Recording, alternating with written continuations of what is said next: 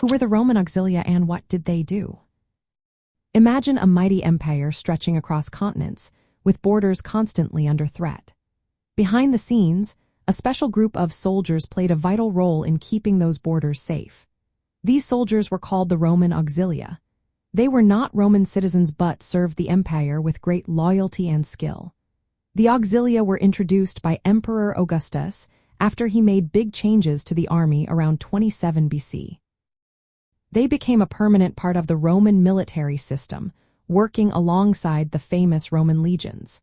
Unlike the legions, which only accepted Roman citizens, the Auxilia recruited from the provinces and even from outside Roman-controlled lands.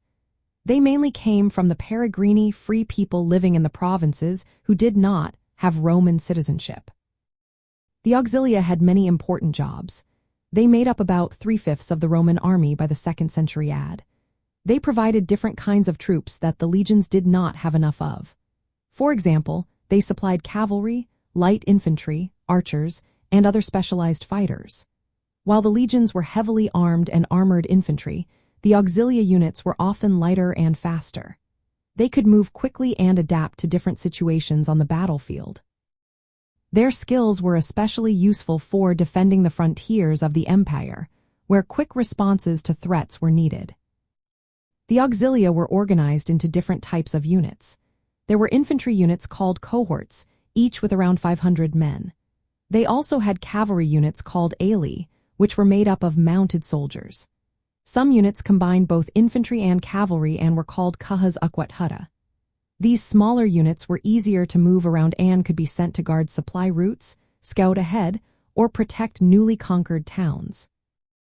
Because they were smaller than legions, they could be deployed quickly and in different areas along the borders. Auxiliary soldiers served for about 25 years. When they finished their service, they were rewarded with Roman citizenship. This was a big deal because it helped integrate provincial people into the empire and encouraged loyalty.